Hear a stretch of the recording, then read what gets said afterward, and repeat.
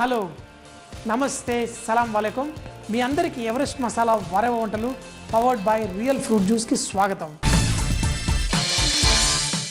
మష్రూమ్లో క్యాన్సర్ని ఫైట్ చేసే మంచి గుణాలు ఉంటాయంట. మరి ఆ మష్రూమ్ తోటి నేను ఒక మంచి ఫ్రై ఐటమ్ చూపిస్తాను. దాని తర్వాత మర్చిపోకుండా చూడండి, మా వైఫ్ ఒక మూంగ్ దాల్ అంటే పెసరపప్పుతోటి చక్కటి చిన్న చిన్న ప్యాన్ కేక్స్ లాగా చేసి దాంట్లో పన్నీరు మరిన్ని స్టఫింగ్ వేస్తుంది. మరి ముందైతే మష్రూమ్ ఫ్రై ఎలా చేయాలో చూద్దాం.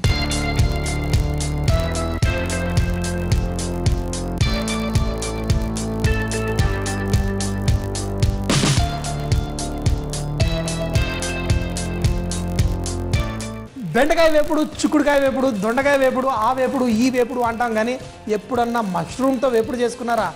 ఏం లేదండి, మష్రూమ్ వేపుడు తిన్నారంటే మిగతా వేపుళ్ళు అన్నీ మర్చిపోవాల్సిందే. ఎందుకంటే మష్రూమ్ వేపుడు అంత టేస్టీగా ఉంటుంది. ఇప్పుడు వెజిటేరియన్స్ అనుకోండి, వాళ్ళకి ఒక మంచి ఫ్లేవర్ఫుల్ డిష్ కావాలి. అది కూడా ఏ నాన్ వెజిటేరియన్స్ ఉంటారు కదా, వాళ్ళు ఎంతో ఇష్టంగా లొట్టలు వేసుకొని లపలట తినేస్తుంటారు. అట్లాంటిది కనుక మీరు ఈ మష్రూమ్ వేపుడు చేసుకున్నారంటే ఇది నాన్ వెజిటేరియన్స్ కూడా పెట్టండి, చాలా ఇష్టంగా తింటారు. ఈ మష్రూమ్స్ పెరగడానికి ఎండ అక్కర్లేదు, నీడున్నా పర్లేదు, కానీ కొంచెం మోడరేట్ వెదర్ ఉంటే మష్రూమ్ పెరిగిపోతాయి. వేరే ఆకుకూరలు ఏమన్నా కానీ ఎండ కావాలి. అయితే ఇప్పుడు ఈ మష్రూమ్స్ని ఎక్కువగా డాక్టర్స్ అందరు ప్రమోట్ చేస్తున్నారు. ఎందుకంటే దీంట్లో యాంటీ ఆక్సిడెంట్స్ అనేది ఉంటుంది. అంటే మనం సిక్ అవ్వకుండా మనం ఆరోగ్యంగా ఉండడానికి, స్ట్రాంగ్గా ఉండడం కోసం కావాల్సిన ముఖ్య పదార్థాలు ఏవైతే ఉంటాయో ఈ మష్రూమ్స్లో ఉంటాయి. కాబట్టి మష్రూమ్స్ మీకు మార్కెట్లో ఎక్కడైనా దొరికినప్పుడు తెచ్చుకోండి. అంతేగాని పుట్టగొడుగులు ఎక్కడెక్కడో మొలుస్తున్నాయంటే అవి తెచ్చి వాడకండి. ఎందుకంటే ఆ మష్రూమ్స్లో కొన్ని పాయిజనస్ కూడా ఉండొచ్చు. కాబట్టి బజార్లో కొనుక్కున్నవే వాడండి. అయితే ఈ మష్రూమ్స్ని మనం ఇలా స్లైసెస్గా కట్ చేసుకుందాం. ఇవి బటన్ మష్రూమ్స్. రకరకాల మష్రూమ్స్ మార్కెట్లో ఉంటాయి. మీరు ఏ మష్రూమ్నైనా కానీ ఈరోజు నేను చేయబోయే ఈ మష్రూమ్స్ వేపుడు ఉంది కదా, సూపర్గా ఉంటుంది. ఇలా కట్ చేసేసుకుందాం ముందు. అయితే ఈ మష్రూమ్లు మనం కొనుక్కొచ్చుకున్నప్పుడు వీటిని నీళ్ళల్లో కడగకూడదు అనమాట. దీన్ని ఒక గుడ్డ పెట్టి ఇలా పొడిగా తుడిచేసుకుంటే ఫ్రిడ్జ్లో పెట్టుకుంటే చాలా రోజుల వరకు ఫ్రెష్గా ఉంటాయి. అదే కడిగామనుకోండి అవి నల్లగా అయిపోయి చూడ్డానికి బాగోవు. కడాయి కూడా వేడెక్కిపోయింది. దీంట్లో నూనె వేసుకుందాం. అయితే మరీ ఎక్కువ నూనె వేయకండి, ఎందుకంటే లాస్ట్లో కొంచెం అంత బటర్ వేస్తాను. దానికి ఒక చిన్న టెక్నిక్ ఉంటుంది, అది చేసి చూపిస్తాను. మరి దీంట్లో మనం కొంచెం అంత జీలకర్ర కొంచెం అంత చిటపట్లాడిన తర్వాత దీంట్లో ఉల్లిపాయలు,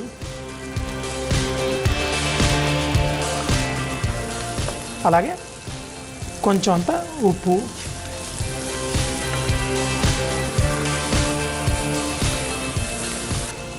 కొంచెం అంత పసుపు. ఉల్లిపాయలు ఏవైతే ఉన్నాయో మరీ ఎక్కువగా వేగవలసిన పర్లేదు, కొంచెం వేగితే సరిపోతుంది. సో ఉల్లిపాయలు కొంచెం వేగిపోయాయి. ఇందులో మనం అల్లం వెల్లుల్లి పేస్ట్ ఇందులో వేసేసుకుందాం. వేసుకొని అది కూడా చక్కగా కలిసిపోయేలా కలుపుకుందాం. అయితే ఈ అల్లం వెల్లుల్లి ఏదైతే ఉందో మనం ఇలాంటి వేపుల్లో వేసేటప్పుడు అయితే పర్లేదు, కానీ ఏదైనా కూరలు చేసేటప్పుడు ఫ్రెష్గా దంచి చేసుకుంటేనే బెస్ట్. లేకపోతే ఫ్రిడ్జ్లో పెట్టుకున్నాం అనుకోండి కొంచెం వాసన వస్తుంది. అట్లా వచ్చినప్పుడు అయితే దీన్ని తప్పకుండా కొద్దిసేపు వేగనివ్వండి, ఎందుకంటే ఆ పచ్చి వాసన వంటలో ఉంటే బాగోదు. సో కొంచెం వేగిన తర్వాత మిగతా పదార్థాలు వేసుకుందాం. ఈ ఉల్లిపాయలు కొంచెం వేగిపోతున్నాయి. ఈ మష్రూమ్ కూడా కట్ చేసుకొని ముందుగా దీంట్లో టమాటాలు వేసేసుకుందాం. మొత్తం కూర అయిపోయిన తర్వాత మన ఈ టమాటాలు అసలు కనబడవు. ఈ టమాటాలు కూడా కొంచెం సేపు ఇలా వేగనిచ్చిన తర్వాత దీంట్లో ధనియాల పొడి, అలాగే జీలకర్ర పొడి, కారం, దీంట్లో కొంచెం అంత గరం మసాలా పొడి కూడా వేసేసుకోవచ్చు. వేసి కొంచెం సేపు వేగిన తర్వాత దీంట్లో మనం ఏవైతే మష్రూమ్ ముక్కలు కట్ చేసి పెట్టుకున్నామో ఇవి కూడా ఇందులో వేసేసుకుందాం. కావాలంటే మష్రూమ్లోంచి కూడా కొంచెం నీళ్లు బయటకు వస్తాయి, కానీ ఇంకా కొన్ని నీళ్లు పోసేసి దీన్ని మనం కుక్ చేసుకుందాం. మరి ఇవన్నీ వేస్తున్నావు వేపుడు అంటున్నావు ఏంటి అనుకుంటున్నారు కదా, చూడండి లాస్ట్లో ఒక చిన్న టెక్నిక్ వాడేస్తాను. దాంతో భలే రుచి మరింత పెరిగిపోతుంది. దీన్ని మంట కొంచెం తగ్గించి మూత పెట్టేసి కొంచెం సేపు కుక్ చేసుకుందాం. స్లోగా వండుతున్న కొద్దీ ఈ మసాలా ఏదైతే అదంతా ఆవిరైపోయి ఇలా మష్రూమ్ ముక్కలు మాత్రం మిగిలిపోతాయి. వేపుడు అన్న ఇలా చేస్తున్నాను ఏంటి అంటే దీని తర్వాత చేసేదే మసాలా వేపుడు. ఫస్ట్ దీన్ని టేస్ట్ చేసి చూద్దాం అన్నీ కరెక్ట్గా ఉన్నాయా.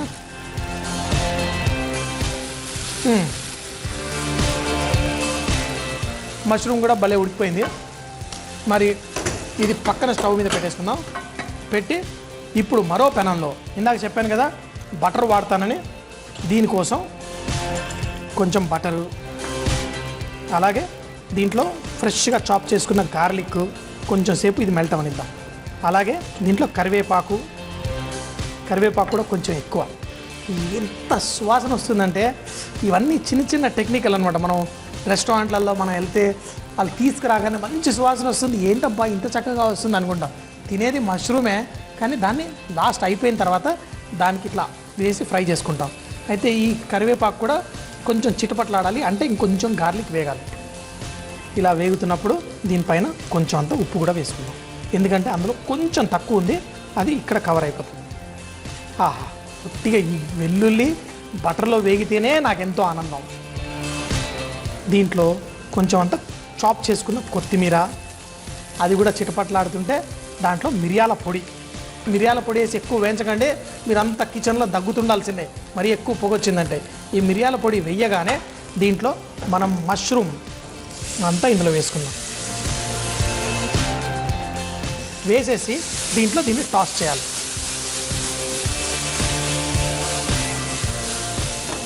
ఇది మంచి వేపుడులాగా కనపడాలి. అప్పటిదాకా దీన్ని కుక్ చేస్తే దీని టేస్ట్ వస్తుంది వారే వాహ్ అనమాట.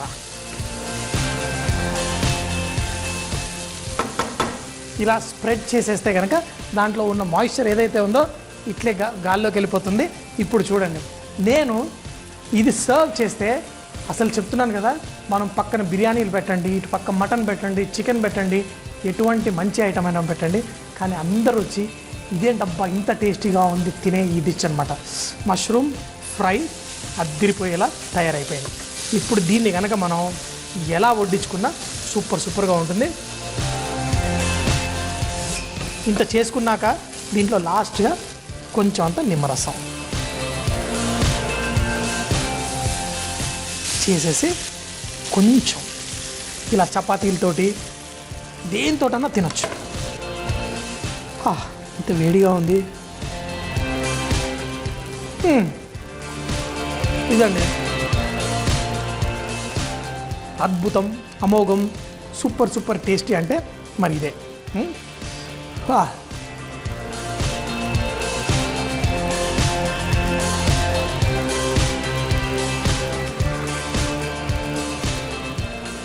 లాస్ట్లో కొంచెం అంత వెన్న, దాంట్లో కరివేపాకు, వెల్లుల్లి, పెప్పరు ఇవి వేసేసి ఏం టాస్ చేసుకున్నా. ఇది ఒకటే కాదు, మీరు మాంసాహారాలు ఏది చేసుకున్న, రొయ్యలు ఏమన్నా చేసుకొని లాస్ట్లో ఇలా చేసుకొని కనుక సర్వ్ చేసుకుంటే సూపర్ టేస్టీగా ఉంటుంది. సో మరి మష్రూమ్ చూశారు కదా, అన్నిటికంటే టేస్టీ మష్రూమ్ ఫ్రై ఎలా చేసుకోవాలో. కానీ ఒకటేనండి, వేడిగా చేసుకొని వేడిగా సర్వ్ చేసుకుంటే దీంట్లో ఆ రియల్ టేస్ట్ అనేది మనం ఎంజాయ్ చేయగలుగుతాం. సో మరి మీరు కూడా చేసుకుంటారు కదా, నేను మాత్రం ఆహా ఓహో అనుకుంటూ తింటాను. పెసరపప్పుతోటి చిన్న అట్లు వేసి దానిపైన కొంచెం పన్నీరు రకరకాలుగా వేసి చేయాలంటే అది మా ఆవిడే రావాలి, ఎందుకంటే అందులో స్పెషలిస్ట్ ఆవిడే. మరి చూసేద్దామా?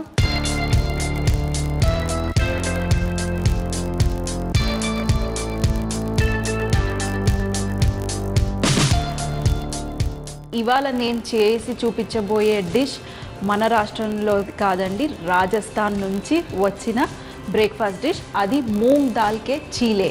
సో ఇది చాలా సింపుల్. మనం పెసరట్టు ఎలా చేసుకుంటామో దీనికి అదొక పేరు. సో ఫస్ట్గా ఈ పెసరపప్పుని 1 గంట మనం నీళ్ళలో నానబెట్టుకుని దీన్ని చక్కగా గ్రైండ్ చేసుకోవాలి. మనం పెసరట్టుకి ఎలా గ్రైండ్ చేసుకుంటామో అలాగే, కాకపోతే ఇందులో అల్లం ముక్క, ఇవి నానబెట్టుకున్న ఎండుమిరపకాయలు, లేదంటే మీరు పండు మిరపకాయలైనా వేసుకోవచ్చు. ఇందులో కొంచెం అంత హింగువ, అలాగే కొంచెం పసుపు, మనం బ్రేక్ఫాస్ట్లు ఎలా వెరైటీ బ్రేక్ఫాస్ట్ చేసుకుంటామో వాళ్ళు ఇలా రాజస్థాన్లో ఇలా బేసన్ కా చీలా అని వెరైటీ బ్రేక్ఫాస్ట్లు చేసుకుంటారు. సో ఇందులో కొంచెం అంత చక్కెర, అలాగే ఉప్పు, ఇది మనం మంచిగా మెత్తగా అయ్యే వరకు గ్రైండ్ చేసుకుందాం. కొంచెం నీళ్లు పోసుకుని మనం ఇది గ్రైండ్ చేసుకోవచ్చు.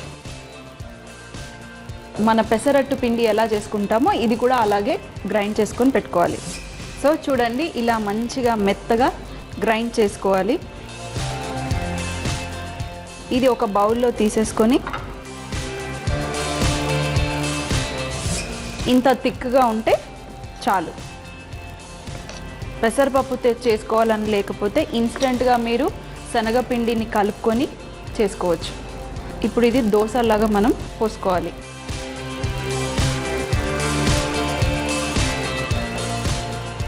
కొంచెం అంత జీలకర్ర పైన, అలాగే కొంచెం అంత క్యాప్సికమ్ సన్నగా తరిగి పెట్టుకున్న ముక్కలు, అలాగే టమాటా ముక్కలు,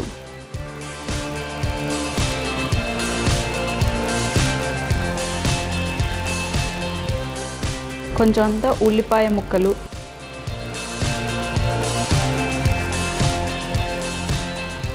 కొత్తిమీర, దీని మీద మంచిగా ఫ్లేవర్ ఇవ్వడం కోసం పన్నీరు,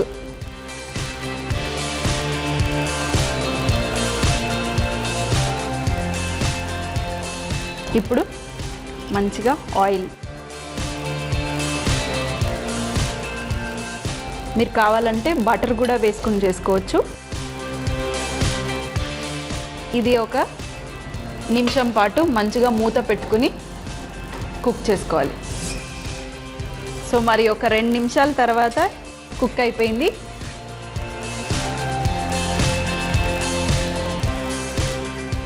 సో మరి ఇది చూడండి ఎంత చక్కగా కుక్ అయిపోయిందో. ఇది ఒక్క పక్కే కుక్ చేసుకోవాలి. ఇది ఇలా. ఈ మూంగ్ దాల్ కా చీలా చేస్తే నాకు ఒక విషయం గుర్తొస్తుందండి. అప్పుడప్పుడు హిందీ సీరియల్స్ చూస్తూ ఉంటాను. అందులో ఒక సీరియల్లో, అది రాజస్థానీ సీరియల్, ఆవిడ వంటరాని మనిషి 10 సార్ల బేసన్ కా చీలా అంటే రాజస్థాన్లో అలా వెరైటీగా చేసుకుంటారు. అదే సేమ్ డిష్ వెరైటీగా మన దగ్గర ఇంకో పేరుతో మనం పెసరట్టు అని కూడా అంటాం. సో ఇది మంచిగా గ్రీన్ చట్నీతో తింటే చాలా బాగుంటుంది. ఈ గ్రీన్ చట్నీ మీకు నేను చకచకా చట్నీల్లో చూపించాను. చూసి అది చేసి దాంతోపాటు ఈ మూంగ్ దాల్ కా చీలా చేసి ఈ చట్నీతో తినండి.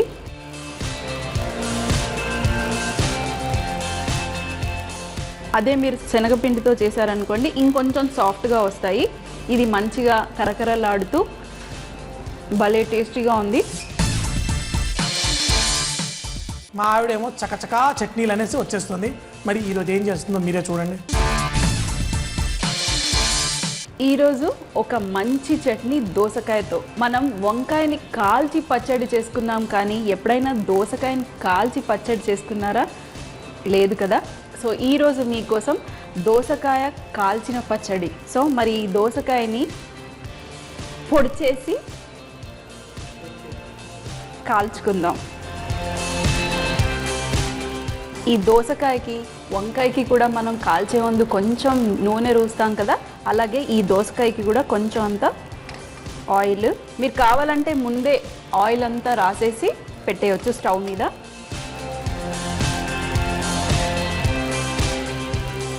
సో మరి మంచిగా ఆయిల్ రూసేసాము. సో మరి ఇది ఒక 5 నిమిషాల పాటు మంచిగా చుట్టూరా ఇలా తిప్పుతూ మీరు కాల్చుకోవాలి. సో ఇది మరి పక్కన పెట్టేసి ఇది కాలుతూ ఉంటుంది. మరి ఇంకొక ప్యాన్ తీసుకొని ఈ పచ్చడికి కావాల్సిన మరికొన్ని సామాగ్రిలు ఇక్కడ మనం వేయించుకుందాం. ఇందులో కొంచెం అంత ఆయిల్. ఫస్ట్గా ఇందులో పల్లీలు,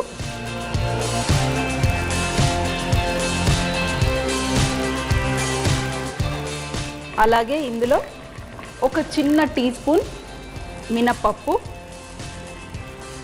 అలాగే చిన్న టీ స్పూన్ శనగపప్పు, ఇందులో కొంచెం అంత ఆవాలు, అలాగే జీలకర్ర. ఏంటి ఇది తాలింపు అనుకుంటున్నారా? కాదండి, ఇది తాలింపు కాదు. ఇవి మంచిగా వేయించుకొని ఇదే పచ్చడిలో మనం వేసి గ్రైండ్ చేస్తాం. సో మరి ఈ పక్కన మనం ఇది తిప్పుకుంటూ ఉండాలి, మర్చిపోకండి. ఇది మంచిగా కాల్చుకోవాలి, చుట్టూరా కాల్చుకోవాలి. సో మధ్య మధ్యలో తిప్పుతూ ఉండండి. అలాగే ఎవరెస్ట్ వారి హింగ్ కొంచెం అంతా,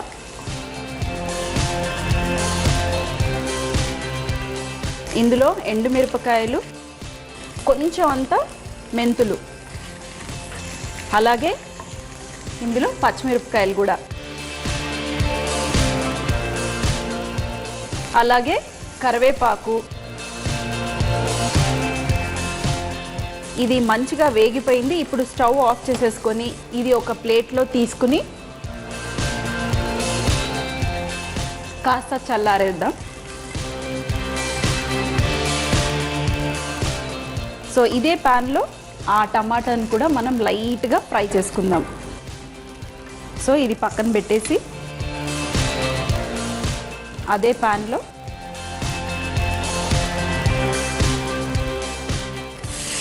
టమాటాలు ఇవి కూడా లైట్గా కుక్ చేసుకుందాం. సో మరి ఇక్కడ టమాటాలు కూడా మంచిగా చూడండి ఉడికిపోయాయి. స్టవ్ ఆఫ్ చేసుకొని ఇది కూడా చల్లారుద్దాం.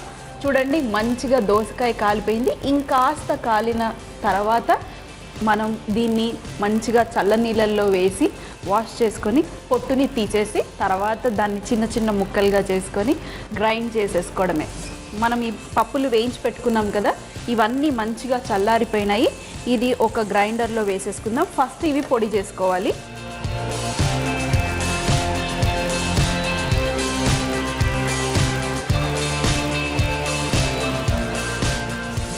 పప్పులు పొడి చేసేసుకున్నాం చూడండి, మంచిగా గ్రైండ్ చేసేసుకున్నాము.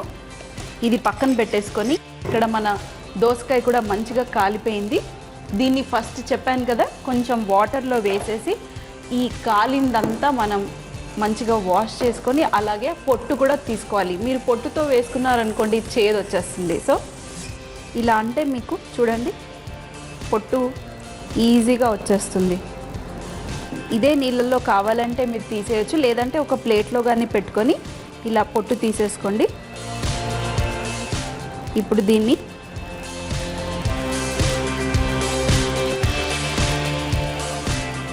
ఈ దోసకాయ మనం గింజలతో పాటు పచ్చడి చేసుకుంటున్నాం. సో మరి కట్ చేసేసి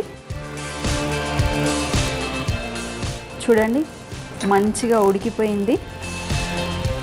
కొంచెం వేడిగా ఉంది. సో మీరు చల్లారాకైనా కూడా మీరు చేసుకోవచ్చు.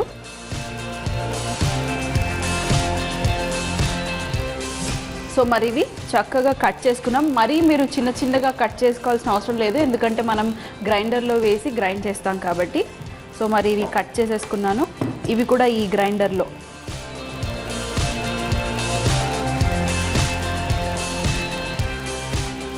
ఈ పచ్చడి చెప్పాను కదా గింజలతో పాటు మనం గ్రైండ్ చేసుకుంటాం. అలాగే ఇక్కడ టమాటాలు కూడా మంచిగా చల్లారిపోయినాయి. ఈ టమాటాలు కూడా ఇందులో వేసేసుకోండి.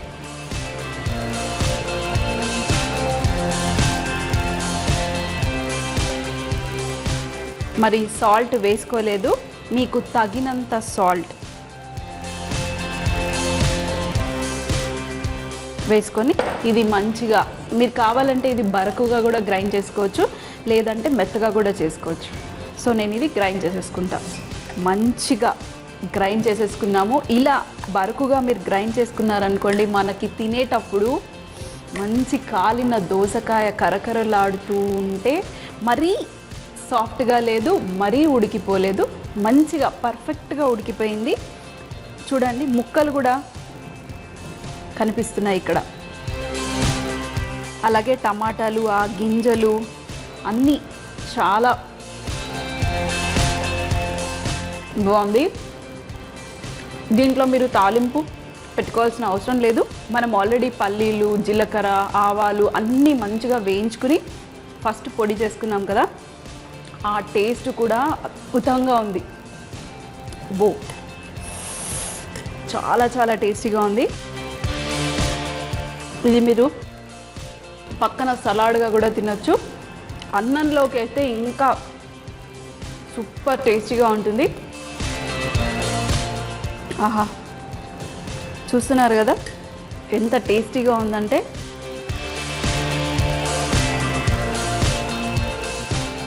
మంచిగా దోసకాయ గింజలు కూడా మంచిగా ఉడికిపోయినట్టు భలే టేస్టీగా ఉన్నాయి.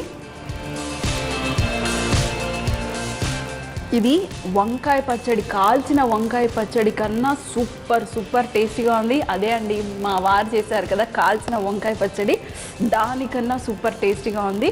తప్పకుండా ట్రై చేసి ఎంజాయ్ చేయండి. సో మరి మళ్ళీ కలుద్దాం చకచకా చట్నీలో మరొక అద్భుతమైన చట్నీతో మీకోసం. వారెవా అంటేనే అద్భుతమైన వంటలు. మరి మీ ఇంట్లో కూడా రుచికరమైన వంటలు చేస్తారా? అయితే మీ వంటల రెసిపీలు మాకు రాసి పంపించగలరు. XXX డిటర్జెంట్ సోప్ తరఫున మంచి గిఫ్ట్ హ్యాంపర్ గెలుచుకోండి. మరి మా చిరునామా MIG 1540 BHEL హైదరాబాద్ 502032. మరిన్ని కొత్త వంటకాలతో కలుద్దాం. అప్పటిదాకా సీ యూ, బై బాయ్, ఖుదాఫిజ్.